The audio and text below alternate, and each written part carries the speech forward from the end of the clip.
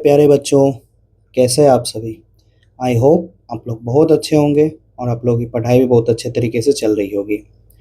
जैसा कि आप लोग जान रहे थे कि हम लोगों ने हिस्ट्री का जो सीरीज़ स्टार्ट किया था, उसमें हम लोग पार्ट 1 और पार्ट 2 कंप्लीट कर लिए थे। आप लोग का रिस्पॉन्स भी बहुत अच्छा रहा, लेकिन कुछ रीज़न की वजह से वीडियो लाने में विलम्ब हो गई, ठीक ना?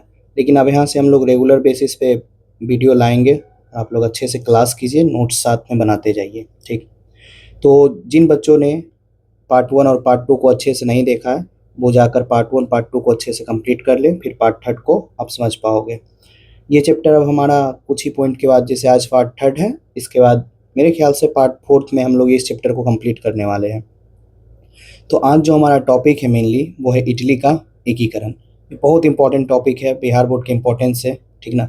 हर बार एग्जाम में से कुछ ना कुछ क्वेश्चन रह ही जाता है। तो आप लोग पार्ट 1 और पार्ट 2 वाले वीडियो को अच्छे से कंप्लीट कर लीजिएगा, नोट्स बना लीजिएगा। अब यहाँ से आपको डेली वीडियो मिल जाया करेगी। तो हम लोग बिना टाइम गवाए अपना नेक्स्ट जो पॉइंट है उसको कंप्लीट करते हैं। और आप लोग परेशान मत होइएगा, धीरे धीरे सारा टॉपिक का हिस्ट्री जैसे अभी चल रहा है, फिर हम साइंस भी बहुत जल्द आने वाले हैं, मैथ का भी क्लास लेने वाले हैं, संस्कृत हो, हिंदी हो, सब धीरे धीरे करके आने वाला है। और ये सिर्फ अभी 10th के लिए ही स्टार्ट किया गया है, धीरे धीरे करके सारे क्लास का मैं क्लास लाऊंगा, क्योंकि अभी मैं अकेला ही ये सारा काम कर रहा हूँ, तो थोड़ा सा ज़्यादा बर्डन रहता है। धीरे धीरे हम एक टीम की तरफ देख रहे हैं, बहुत जल्द हम लोग का एक टीम बनने वाला है। इसके बाद आप लोग के लिए डेली अच्छे से हम लोग का जो प्रयास होगा वो बहुत बेहतर तरीके से करेंगे। आप लोग की पढ़ाई नहीं रुकनी चाहिए, आप लोग अच्छे से पढ़िए। तो आइए हम लोग अपना टॉपिक स्टार्ट करते हैं, इटली का एकीकरण। देखिए, कराए क्या, 19वीं शताब्दी के मध्य तक, ठीक ना, 19वीं शताब्दी के मध्य तक इटली जो है अनेक छोटे छोटे राज्यों में विभाजित था। यानी जब 19वीं शताब्दी चल रही थी, ठीक ना, 19वीं शताब्दी जो है, 19वीं शताब्दी कहने का अर्थ क्या है आपका, 1800 ईस्वी से लेके 1899 ईस्वी तक, इसको बोलते हैं 19वीं शताब्दी, ठीक ना। तो क्या कह रहा है कि 19वीं शताब्दी के मध्य तक इटली अनेक छोटे छोटे राज्यों में विभाजित था। राष्ट्रवाद की भावना के कारण इन राज्यों को मिलाकर एक राष्ट्र बनाने का आंदोलन शुरू हुआ, जिसे इटली का एकीकरण कहा जाता है। देखिए, एकीकरण का अर्थ क्या है? एकीकरण का अर्थ है एक करना। तो एक कब कर सकते हैं? जब कोई चीज़ छोटा छोटा भाग में है, ठीक ना, कोई चीज़ छोटा छोटा भाग में है, इस सबको जब हम मिलाकर एक बड़ा भाग बना लें, तो इसी को क्या बोलेंगे, एकीकरण। तो इटली जो है ना, 19वीं शताब्दी तक क्या है, मध्य तक जो है बहुत छोटे छोटे भागों में विभाजित थी। वही बोल रहा है आपको, 19वीं शताब्दी तक, मध्य तक, 19वीं शताब्दी के मध्य तक यानी 20 तक इटली बहुत छोटे छोटे राज्यों में विभाजित था, छोटा छोटा राज था। राष्ट्रवाद की भावना के कारण आप लोगों ने देखा कि राष्ट्रवाद की भावना फैल रही थी। तो इन राज्यों को मिलाकर, जो छोटे छोटे राज थे, उन राज्यों को मिलाकर, इसे छोटे छोटे जो भी राज्य हैं, इन राज्यों को मिलाकर एक बड़ा राज्य बनाया गया, राष्ट्र बनाया गया। तो इसी को हम लोग क्या बोलते हैं, इटली का एकीकरण। तो आपसे पूछेगा इटली का एकीकरण क्या है, हम लोग को बताना है 19वीं शताब्दी के मध्य तक इटली छोटे छोटे राज्यों में विभाजित था। राष्ट्रवाद की भावना के कारण इन राज्यों को मिलाकर एक राष्ट्र बनाने का आंदोलन शुरू हुआ, जिसे हम लोग इटली का एकीकरण कहते हैं। क्लियर? तो इटली का एकीकरण क्या है कि सिंपल सा बात है कि मध्य 19वीं शताब्दी के मध्य तक इटली क्या था, आपका छोटा छोटा राज्य में विभाजित था। उन सभी को एक करने के लिए जो राष्ट्रवाद का भावना पैदा हुआ था, ताकि इनको एक राष्ट्र बनाया जा सके, इसी को इटली का एकीकरण कहते हैं, ठीक ना। तो ये टॉपिक चलिए क्लियर हो गया। अब हम लोग नेक्स्ट टॉपिक पे आते हैं इसी का। देखिए, जैसे आपको ये पिक्चर दिख रहा होगा, यहाँ पे लिखा हुआ है इटली इन 1815, यानी इटली 1815 में। देखिए, इटली जो है बहुत सारे छोटे राज्यों में विभाजित था। इटली जो आपको ये दिख रहा है, यहाँ देखिए ऐसे करके, यहाँ पे ये है, फिर ये है, फिर ये वाला पार्ट है, फिर ये वाला पार्ट है। इस तरह से क्या है कि इटली बहुत सारे छोटे छोटे राज्यों में क्या है, विभाजित है। इन सभी राज्यों को मिलाकर एक करना ही क्या था, इटली का एकीकरण। तो आप लोगों ने क्या देखा कि इटली जो है ये छोटे छोटे राज्यों में क्या था, विभाजित था, और इसे एक करना ही क्या कहलाया, इटली का एकीकरण। तो अब हम लोग पढ़ने वाले हैं कि इटली के एकीकरण से पहले इटली की स्थिति क्या थी, ठीक ना। एकीकरण से पहले इटली की स्थिति क्या थी, यानी जब एकीकरण नहीं हुआ था तब कैसा इटली दिखता था। तो कहा जा रहा है आपको 1815 के बाद इटली कई राज्यों में बटा हुआ था। 1815 के बाद जो था, जैसे पिक्चर में यहाँ देख पा रहे हैं कि देखिए ये सारा जो पार्ट है आपका, तो इसमें क्या है कि इटली बहुत सारे छोटे छोटे राज्यों में विभाजित था। तो ही बोल रहा है कि 1815 के बाद इटली कई राज्यों में बटा था। लोम्बार्डी और वेनेसिया पर ऑस्ट्रिया का नियंत्रण था। आपको ये याद रखते जाना है, ये सारा टॉपिक बहुत इंपॉर्टेंट है कि लोम्बार्डी इटली का ही एक छोटा सा भाग था, वेनेसिया भी इटली का एक छोटा सा भाग था। इस पे ऑस्ट्रिया का नियंत्रण था। और आप लोगों ने पीछे पढ़ा था कि 1815 में मेटरनिख युग की क्या हो गई थी, शुरुआत हो गई थी, और नेपोलियन युग की क्या हुई थी, अंत हुई थी। 1815 से लेकर 1848 तक मेटरनिख युग था, ठीक ना।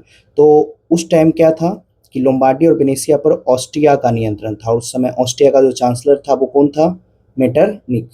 सार्डिनिया पिडमाउंट एक स्वतंत्र राज था। सार्डिनिया पिडमाउंट जो राज था वो एक स्वतंत्र राज था। को याद रखते जाना ये सब, लोम्बार्डी और वेनेसिया पर ऑस्ट्रिया का प्रभुत्व था। सार्डिनिया पिडमाउंट स्वतंत्र राज था। मध्य इटली में पोप का शासन था। मध्य इटली जो है उस पर किसका शासन था, पोप का, ठीक ना। मध्य इटली में पोप का शासन था। दक्षिण में टू सिसिलीज का राज था, और दक्षिण में जो था वो दो सिसिलीज का राज था। ये वाला जो आपको दिख रहा है यहाँ पे लिखा हुआ भी, किंगडम ऑफ टू सिसिलीज, यानी इस पे किसका राज था, टू सिसिलीज का राज था। इस विभाजन के कारण इटली में राष्ट्रवाद की भावना विकसित हुई। यानी देखिए, इटली का छोटा भाग लोम्बार्डी वेनेसिया पे ऑस्ट्रिया का नियंत्रण था। सार्डिनिया पिडमाउंट एक स्वतंत्र राज था। मध्य इटली पे पोप का शासन था। दक्षिण में टू सिसिलीज का राज था। तो पूरा इटली छोटे छोटे भागों में विभाजित था। और क्या था कि राष्ट्रवाद की भावना के कारण इनका, इसमें क्या हुआ, इसी विभाजन के कारण छोटे छोटे राज्य में बटा था। इसी विभाजन के कारण क्या हुआ कि इटली का एकीकरण प्रारंभ हुआ। अब है एकीकरण की प्रमुख घटनाएं कि एकीकरण में क्या क्या चीज़ें हुई। तो आपको याद रखना है 1831 में मेजनी द्वारा यंग इटली की स्थापना की गई। बिहार बोर्ड में बहुत इंपॉर्टेंट क्वेश्चन बन जाता है, ये ऑब्जेक्टिव में पूछते रहता है बार बार, ठीक ना, कि यंग इटली की स्थापना किसने की थी। तो यंग इटली की स्थापना मेजनी ने की थी। कब की थी, 1831 में। तो यंग इटली की स्थापना किसने की थी, मेजनी ने। कब, 1831। इसके बाद 1859 में क्या हुआ, ऑस्ट्रिया के विरुद्ध युद्ध हुआ और लोम्बार्डी प्राप्त कर लिया गया। आपको याद, अभी जस्ट हम लोगों ने पढ़ा कि वेनेसिया और लोम्बार्डी पर किसका अधिकार था, ऑस्ट्रिया का था। और 1859 में क्या हुआ, ऑस्ट्रिया के विरुद्ध युद्ध हुआ और हम एकीकरण के कारण क्या हुआ, लोम्बार्डी को प्राप्त कर लिया गया। 1860 में क्या हुआ, गैरिबाल्डी ने दक्षिण इटली पर विजय प्राप्त की। दक्षिण इटली पर जो विजय था वो किसने प्राप्त की, गैरिबाल्डी ने। हम लोग अभी पढ़ेंगे मेजनी, गैरिबाल्डी, काउंट काबूर के बारे में। बहुत ही इंपॉर्टेंट नेता थे ये लोग। इन्होंने ही इटली के एकीकरण में महत्वपूर्ण योगदान निभाया। फिर 1861 में इटली के राज्य की स्थापना हुई। विक्टर एमेनुअल द्वितीय राजा बने, ठीक ना। यहाँ पे जो है 1861 में इटली के राज्य की क्या हुई, स्थापना हुई, और विक्टर एमेनुअल द्वितीय क्या बने, राजा बने। 1866 में क्या हुई, वेनेसिया इटली में शामिल हो गया। अभी लोम्बार्डी तो हो ही गया था 59 में, 66 में वेनेसिया भी इटली में शामिल हो गया। यानी इस सब को मिलाकर जो छोटे छोटे राज्यों में बटा था ना, उन सबको मिलाकर एक बड़ा राज्य बनाया गया, जिसको राष्ट्र के रूप में इटली को देखा गया। 1870 में रोम को इटली में मिला लिया गया। 1870 में भी क्या हुआ, रोम को इटली में मिलाया। और 1871 में रोम को इटली की राजधानी बनाया गया। तो इटली के एकीकरण के बाद पूछा जाएगा आपसे कि इटली की राजधानी कौन बना, तो रोम बना, ठीक। तो हम लोगों ने देखा इन घटनाओं के माध्यम से क्या हुआ कि इटली के एकीकरण का कार्य पूरा हुआ। लेकिन ये किस तरह हुआ, इसमें किनका किनका हाथ था और ये किस तरह रहा, ये तो फैक्ट है, आपको अच्छे से याद कर लेना है। साथ में नोट्स बनाते जाइएगा इन सभी चीज़ों का, और अच्छे से इसको याद जरूर कर लीजिएगा। तो अभी हम लोगों ने 3 चीज़ देखा कि इटली का एकीकरण क्या है, ठीक। इसके बाद हम लोगों ने देखा क्या कि एकीकरण से पहले इटली की जो स्थिति थी वो छोटे छोटे राज्यों में बटी थी। फिर ये देखा एकीकरण की प्रमुख घटनाएं क्या क्या हुई। अब हम लोग पढ़ने वाले हैं कि इटली के एकीकरण में महत्वपूर्ण योगदान किनका किनका रहा। तो मेजनी का रहा, काउंट काबूर का रहा, और गैरिबाल्डी का। बिहार बोर्ड में एक दीर्घोत्तरीय प्रश्न पूछता है कि इटली के एकीकरण में मेजनी, गैरिबाल्डी और काउंट काबूर के योगदानों का वर्णन करें। तो आपको इन पूरे स्टोरी को समझना है अच्छे से और आंसर खुद से फ्रेम करना है, ठीक ना। तो आइए शुरू करते हैं। देखिए, यही मेजनी थे, ठीक। ये बहुत ही अच्छे नेता थे, व्यवहारिक ज्ञान इनमें ज़्यादा था, ठीक ना। लेकिन उसको मतलब एक तरह से कह सकते हैं ना कि ये ऐसे नेता थे जिनमें नॉलेज तो था, लेकिन उसको व्यवहार में ज़्यादा ला नहीं पाते थे, ठीक ना। जैसे मान लीजिए आपके पास नॉलेज है, लेकिन उस चीज़ को आप ज़्यादा व्यवहार में यूज नहीं कर पाते हैं। तो आइए इनके बारे में शुरू करते हैं। मेजनी को इटली के राष्ट्रवाद का जनक माना जाता है। यानी मेजनी जो है इनको इटली के राष्ट्रवाद का जनक माना जाता है। आपसे पूछा जाएगा कि इटली के राष्ट्रवाद के जनक कौन हैं, तो आंसर होगा मेजनी। मेजनी जो थे वो इटली के राष्ट्रवाद के जनक माने जाते हैं। उन्होंने इटली के एकीकरण और स्वतंत्रता के लिए अपना पूरा जीवन समर्पित कर दिया, ठीक ना। तो मेजनी को इटली के राष्ट्रवाद का जनक माना जाता है। इन्होंने क्या किया कि इटली के एकीकरण और स्वतंत्रता के लिए, अभी आप सोचिएगा स्वतंत्रता, इटली तो स्वतंत्र स्वतंत्र नहीं था, यह छोटे छोटे राज्यों में विभाजित था, जिसके कारण इन पे अलग अलग शासन सभी कर रहे थे, ठीक ना। तो इसको एक तरह से मानिए एकीकरण का अर्थ है उसे स्वतंत्र ही कराया गया। तो इसमें जो है मेजनी का बहुत बड़ा हाथ था। आइए देखते हैं इन्होंने कैसे कैसे क्या किया। देखिए, इन्होंने राष्ट्रवाद का प्रचार किया। राष्ट्रवाद क्या आपको पता है कि एक ऐसी भावना जो अपने राष्ट्र के प्रति प्रेम को दर्शाता है।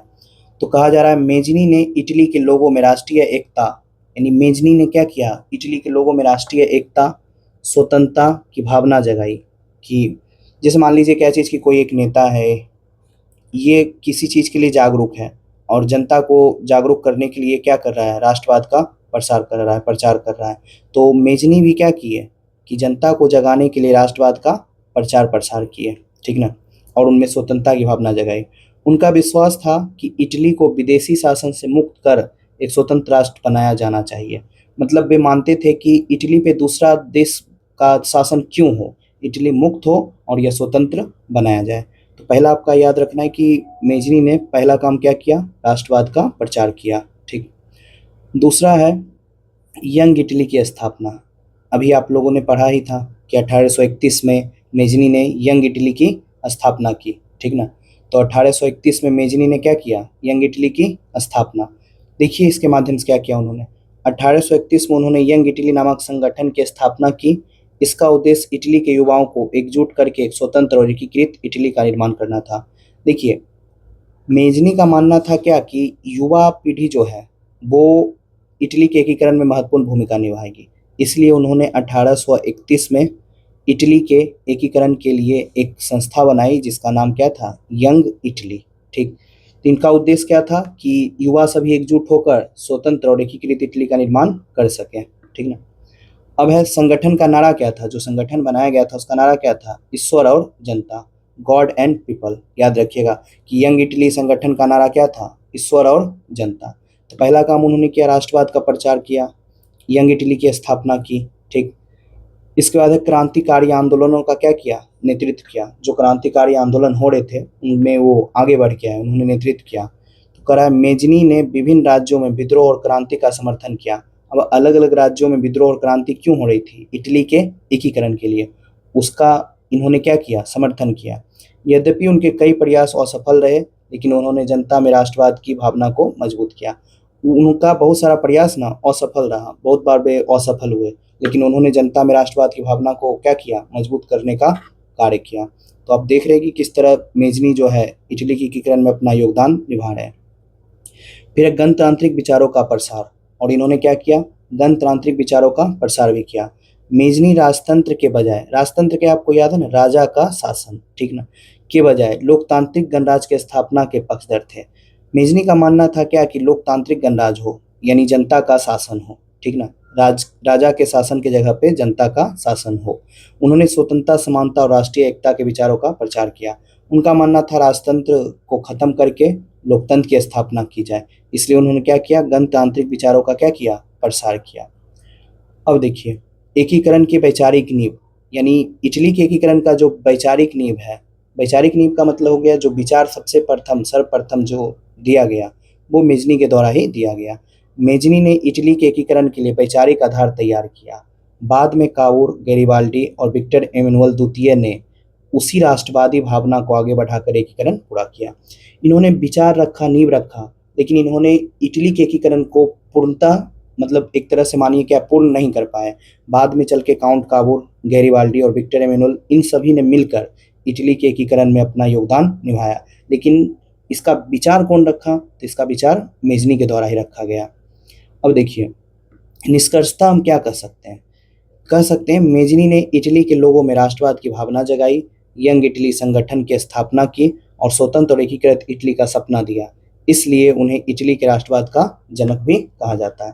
मान लीजिए क्वेश्चन आ गया आपको, एक दीर्घोत्तरीय क्वेश्चन फिक्स है, हर साल किसी न किसी रूप में एक तरह से मानिए इससे कुछ न कुछ क्वेश्चन रह ही जाता है।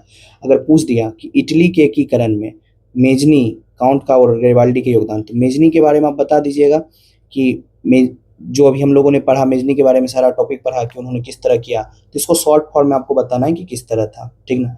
तो ये हो गया मेजनी का योगदान। अब है मेजनी इटली के महान राष्ट्रवादी नेता थे। मेजनी जो थे इटली के महान राष्ट्रवादी नेता थे, उन्होंने राष्ट्रवाद के विचार को सबसे ज़्यादा फैलाया। उन्होंने 1831 में यंग इटली संगठन की स्थापना की और लोगों में राष्ट्रीय एकता तथा स्वतंत्रता की भावना जगाई। उन्होंने विदेशी शासन के विरुद्ध संघर्ष किया तथा एक स्वतंत्र और एकीकृत इटली की कल्पना प्रस्तुत की। उनके विचारों ने इटली के एकीकरण का मार्ग प्रशस्त किया, इसलिए उन्हें इटली में राष्ट्रवाद का जनक कहा जाता है। देखिए अभी हम लोगों ने जो भी ऊपर पढ़ा उसका एक शॉर्ट फॉर्म इसे कह सकते हैं कि मेजनी क्या थे, इटली के एक महान राष्ट्रवादी नेता थे। उन्होंने 1831 में यंग इटली नामक संस्था की स्थापना की, जिनमें वे युवा को संगठित कर रहे थे ताकि राष्ट्रवाद की भावना को फैलाने में ज़्यादा मदद मिले। उन्होंने विदेशी शासन के विरुद्ध संघर्ष भी किया, स्वतंत्र और एकीकृत इटली की कल्पना प्रस्तुत की, और उन्होंने ही सबसे पहले क्या किया, इटली के एकीकरण का विचार रखा, इसलिए उन्हें इटली के राष्ट्रवाद का जनक भी कहा जाता है। तो ये सारा पॉइंट देखिए, जो मैं एग्जैक्ट बता रहा हूँ इस पॉइंट में या जो भी है, जितना भी मैंने बताया, आपको ना बस पॉइंट समझना है कि हाँ ऐसे हुआ था, और उस चीज़ को खुद से ट्राई करना है लिखने का, ठीक ना। ये नहीं कि मेरा भाषा जो आपको मैं लैंग्वेज दे रहा हूँ सेम टू सेम उसको कॉपी करने की कोशिश करना। नोट्स आप बनाइए, कोई बात नहीं है, लेकिन आप खुद सोचिएगा कि मेजनी ने क्या किया, ठीक ना। तो इससे क्या होगा कि जब भी जो टॉपिक कंप्लीट हो, जैसे मैंने यहाँ तक अभी कंप्लीट कर दिया, आपको क्या करना है कि इसके बाद रुकना है, वीडियो को रोकना है, आराम से सोचना है कि मेजनी का क्या योगदान रहा, उन्होंने किस तरह इटली के एकीकरण में योगदान दिया, फिर आगे बढ़ना है। तो इससे आपका क्या होगा, कॉन्सेप्ट बहुत ही क्लियर रहेगा, आपसे कोई भी क्वेश्चन छूटेगा नहीं। तो चलिए अब नेक्स्ट है हमारा कि इटली के एकीकरण में काउंट काबूर का क्या योगदान था, ठीक ना। हम लोगों ने मेजनी का तो योगदान देख लिया, ये देखिए ये महाशय काउंट काबूर है, ठीक ना। देख के ही कूटनीतिक लग रहे हैं, ठीक, और थे भी बहुत बड़े कूटनीतिक, लेकिन सफल कूटनीतिक थे। कराए काउंट कैमिलो डी काबूर, इनका पूरा नाम था काउंट कैमिलो डी काबूर, जिसे हम लोग शॉर्ट में काउंट काबूर बोलते हैं, ठीक। तो इटली के एकीकरण में किसका योगदान हम लोग पढ़ रहे हैं अब, काउंट काबूर के योगदान को, ठीक।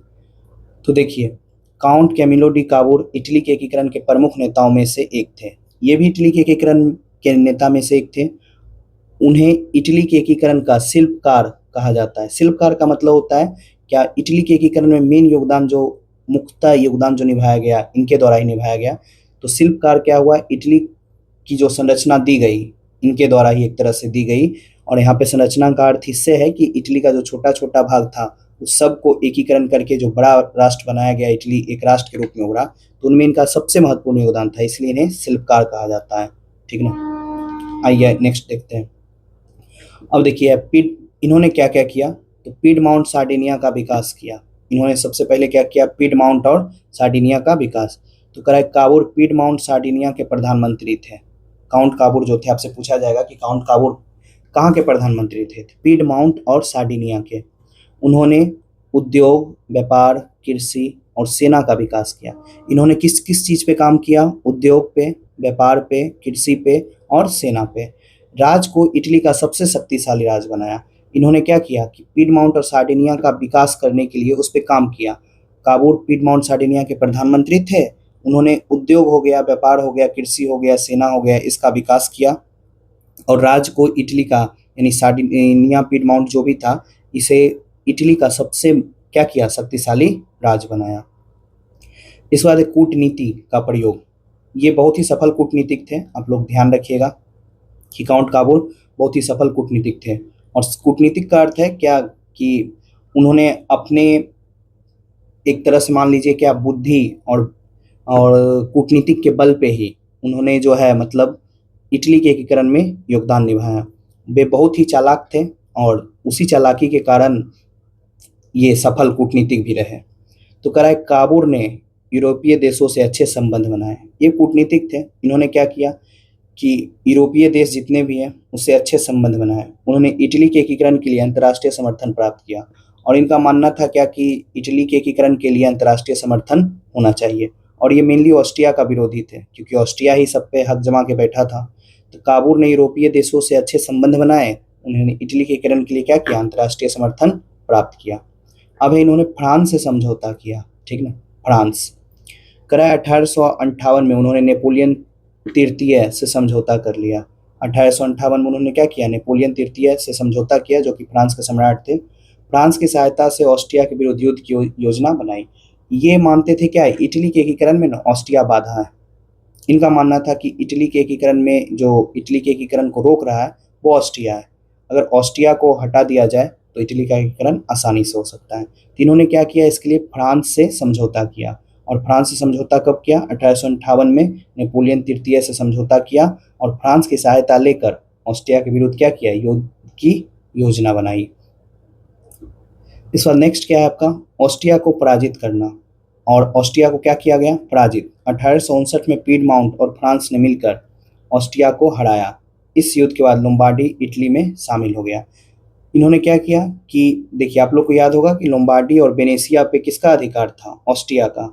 इन्होंने क्या किया कि फ्रांस के साथ मिलकर ऑस्ट्रिया को हराया और लोम्बार्डी के क्षेत्र को हड़प लिया, यानी एकीकरण के लिए इटली में उसे मिला दिया गया। तो आप लोगों ने अभी तक देखा क्या कि इन्होंने सबसे पहले क्या किया, पीडमाउंट सार्डिनिया का विकास किया, फिर कूटनीति का प्रयोग करके अच्छे संबंध बनाए विदेशों से, और फ्रांस से समझौता करके ऑस्ट्रिया के विरुद्ध युद्ध कर दिया और ऑस्ट्रिया को पराजित करके लोम्बार्डी के क्षेत्र को इटली में शामिल कर लिया। इसके बाद है इटली के राज्यों को एकजुट करना। इसके बाद इन्होंने क्या किया कि इटली के राज्यों को एकजुट करने का प्रयास किया। काबूल ने मध्य इटली के कई राज्यों को पीडमाउंट में मिला लिया, यानी मध्य इटली का जो भाग था उसे पीडमाउंट में मिलाया। उन्होंने राजनीतिक और कूटनीतिक तरीकों से एकीकरण को आगे बढ़ाया। उन्होंने दोनों दिमाग लगाया, राजनीतिक भी और कूटनीतिक भी, और उसे क्या किया, एकीकरण करने के लिए उन सभी क्षेत्रों को, मध्य इटली जो भी था उसे इटली में मिलाकर उसे आगे बढ़ाने का कार्य किया। फिर विक्टर एमेनुएल द्वितीय का नेतृत्व, और विक्टर एमेनुएल द्वितीय का भी बहुत बड़ा हाथ रहा। काबूल ने विक्टर एमेनुएल द्वितीय के नेतृत्व में इटली को एकजुट करने का कार्य किया, क्योंकि इसे प्रधानमंत्री नियुक्त किसने किया था, विक्टर एमेनुएल ने। आपसे पूछा जाएगा कि काउंट काबूल को प्रधानमंत्री की नियुक्त किसने किया था, विक्टर एमेनुएल ने, या विक्टर एमेनुएल ने काउंट काबूल को किस पद पर नियुक्त किया था, प्रधानमंत्री के पद पर। इसके बाद 1861 में एकीकृत इटली की स्थापना में उनकी महत्वपूर्ण भूमिका रही, यानी काउंट काबूल का बहुत बड़ा योगदान था इटली के एकीकरण में मेजनी के बाद, ठीक है। अब देखिए, इसे अगर हम शॉर्ट में समझें तो काउंट काबूल पीडमाउंट सार्डिनिया के प्रधानमंत्री थे। अभी आप लोगों ने देखा था, उन्होंने उसे विकसित भी किया था। उन्होंने फ्रांस की सहायता से ऑस्ट्रिया को हराया, विभिन्न इतालवी राज्यों को एकजुट किया, यानी जो भी इटली के राज्य थे उन्हें एकजुट किया, और विक्टर एमेनुएल द्वितीय के नेतृत्व में इटली के एकीकरण को सफल बनाया। इसलिए उन्हें इटली के एकीकरण का क्या कहा जाता है, शिल्पकार भी। तो मेनली क्या है कि काउंट काबूल जो थे उन्होंने क्या किया कि उन्होंने अपने कूटनीतिक के बल पे, सबसे पहले तो उन्होंने सार्डिनिया पीडमाउंट को मजबूत बनाया। फिर क्या किया, कूटनीतिक का प्रयोग करके यूरोप में विदेशी राज्यों से हाथ मिलाया, समझौता किया, और फ्रांस के साथ समझौता करके ऑस्ट्रिया को हराया और उसका जो क्षेत्र था लोम्बार्डी उसे इटली में मिला लिया। और धीरे धीरे करके इन्होंने विक्टर एमेनुएल की मदद से पूरे इटली के एकीकरण का प्रयास किया, इसलिए इन्हें इटली के एकीकरण का शिल्पकार भी कहा जाता है। अब आ जाइए गैरिबाल्डी के बारे में। देखिए, गैरिबाल्डी का भी बहुत बड़ा योगदान था। मेजनी का हम लोगों ने पढ़ लिया, काउंट काबूल का पढ़ लिया, अब हमें किसके बारे में पढ़ना है, गैरिबाल्डी के बारे में। तो करा है, गैरिबाल्डी इटली के महान क्रांतिकारी, राष्ट्रवादी और सैनिक नेता थे। यानी गैरिबाल्डी जो थे इटली के महान क्रांतिकारी थे, राष्ट्रवादी और सैनिक नेता थे। उन्होंने अपने साहस और सैन्य अभियानों के द्वारा इटली के एकीकरण महत्वपूर्ण भूमिका निभाई। इन्होंने क्या किया, अपना साहस दिखाया और सैन्य अभियान यानी सेना बनाकर क्या किया, इटली के एकीकरण में अपना योगदान निभाया। तो आइए देखते हैं इन्होंने क्या क्या योगदान दिया। देखिए, इनका पहला बात जो है, राष्ट्रवादी आंदोलन का समर्थन। इनका था कि जो भी राष्ट्र के लिए आंदोलन कर रहे हैं उनका समर्थन करना। तो गैरिबाल्डी मेजनी के विचारों से प्रभावित थे। याद रखिएगा, ऑब्जेक्टिव पूछता है गैरिबाल्डी किसके विचारों से प्रभावित थे, तो मेजनी के विचारों से प्रभावित थे, ठीक ना। उन्होंने इटली को एक स्वतंत्र और एकीकृत राष्ट्र बनाने के लिए संघर्ष किया। यानी गैरिबाल्डी जो थे इटली को स्वतंत्र और एकीकृत राष्ट्र बनाना चाहते थे, इसके लिए उन्होंने संघर्ष भी किया। इस बात याद रखिएगा, ये पॉइंट ये बहुत इंपॉर्टेंट है। रेड शर्ट्स सेना का गठन, यानी इसे बोलते हैं लाल कुर्ती, ठीक ना, हिंदी में बोला जाता है लाल कुर्ती। तो आपसे पूछा जाएगा लाल कुर्ती सेना का गठन किसने किया था? तो गैरीबाल्डी ने। लाल कुर्ती सेना का गठन किसने किया था? गैरीबाल्डी ने। तो करा है उन्होंने स्वयं सेवकों की एक सेना बनाई। स्वयं सेवक मतलब जो साथ में आपस में रहते थे, जिसे रेड शर्ट्स यानी लाल कुर्तीधारी कहा जाता था। यह सेना इटली के एकीकरण के लिए लड़ती थी, यानी इनका क्या काम था कि इटली के एकीकरण के लिए लड़ाई करना। यानी आपसे पूछा जाएगा कि लाल कुर्ती का गठन किसने किया था? तो गैरीबाल्डी ने। और इनका काम क्या था? इटली के एकीकरण के लिए युद्ध करना, लड़ाई करना। फिर है दक्षिणी इटली पर विजय। देखिए, मध्य इटली तक का जो एकीकरण था वो काउंट काबूर ने कंप्लीट कर दिया था। अब दक्षिणी इटली जो बचा हुआ था उस पे गैरीबाल्डी ने उसे कंप्लीट किया। 1860 में गैरीबाल्डी ने अपने लगभग 1000 स्वयंसेवकों के साथ सिसिली और नेपल्स पर विजय प्राप्त की। आपको याद होगा कि दक्षिणी भाग क्या था? सिसिली था, ठीक ना, और नेपल्स पर विजय प्राप्त की। इस अभियान को अभियान ऑफ द 1000 भी कहा जाता है, क्योंकि उन्होंने 1000 व्यक्ति को, स्वयंसेवक को लेकर पूरे दक्षिण को, यानी दक्षिण इटली जो था सिसिली और नेपल्स को, उसे जीत लिया था। इसीलिए इस अभियान को क्या कहा जाता है? अभियान ऑफ द 1000, ठीक ना, क्योंकि हजारों ने मिलकर उसे पूरा क्या किया? विजय प्राप्त किया था। नेक्स्ट है आपका राष्ट्रीय एकता को प्राथमिकता। इनका मानना था कि राष्ट्रीय एकता को प्राथमिकता देना चाहिए, यानी राष्ट्र के प्रति जिन जिन सब में एकता होना चाहिए। तो विजय प्राप्त क्षेत्रों को अपने पास रखने के बजाय उन्होंने उन्हें राजा विक्टर एमेनुअल द्वितीय को सौंप दिया। इन्होंने जो अभी क्षेत्र जीता था सिसिली और नेपल्स, इटली के दक्षिण भाग को, इन्होंने देखा क्या, इनका मानना था क्या कि इटली का एकीकरण में विक्टर एमेनुअल द्वितीय बहुत बड़ा योगदान निभा रहे थे। काउंट काबूर को उन्होंने प्रधानमंत्री के पद पर इसलिए नियुक्त किया था ताकि वे इटली के एकीकरण कर सकें। तो इन्होंने जो अपने जीते गए क्षेत्र थे सिसिली और क्या था, सिसिली और नेपल्स, उसको विक्टर एमेनुअल द्वितीय को सौंप दिए। इन्होंने अपने पास नहीं रखा क्योंकि इनका मानना था कि राष्ट्रीय एकता को प्राथमिकता दी जाए। इससे इटली के एकीकरण की प्रक्रिया तेज हो गई। अब है एकीकृत इटली के निर्माण में सहायता। गैरीबाल्डी के सैन्य अभियानों ने दक्षिणी इटली को एकीकृत इटली में शामिल करने की महत्वपूर्ण भूमिका निभाई। इन्होंने जो दक्षिणी इटली जीता था उसे उन्होंने क्या किया? विक्टर एमेनुअल को सौंपकर इटली के एकीकरण में महत्वपूर्ण भूमिका निभाई। इनके बारे में 2-4 बात याद रखिएगा कि ये पेशे से नाविक थे, ये पेशे से जो थे नाविक थे। आपसे पूछा जाएगा गैरीबाल्डी पेशे से क्या थे? तो याद रखिएगा नाविक थे, ठीक। लेकिन बाद में क्या हुआ कि ये ना जब अपना जीता हुआ क्षेत्र सभी जो है मतलब विक्टर एमेनुअल को सौंप दिए, तब ये किसान की भांति ज़िंदगी जीने लगे। ये चाहते तो सम्राट की तरह, राजा महाराजा की तरह भी जीवन जी सकते थे, लेकिन इन्होंने अपना जीता हुआ क्षेत्र विक्टर एमेनुअल को सौंप दिया क्योंकि इनका मानना था कि राष्ट्र पहले आना चाहिए, और राष्ट्र का मतलब था इटली का एकीकरण वहाँ बहुत ही ज़रूरी था ताकि राष्ट्रीयता का भावना फैले। तो इन्होंने अपना सारा जो भी जीता हुआ क्षेत्र था वो विक्टर एमेनुअल को सौंप कर, और इन्होंने क्या किया? किसान की भांति जीवन जीने लगे, ठीक।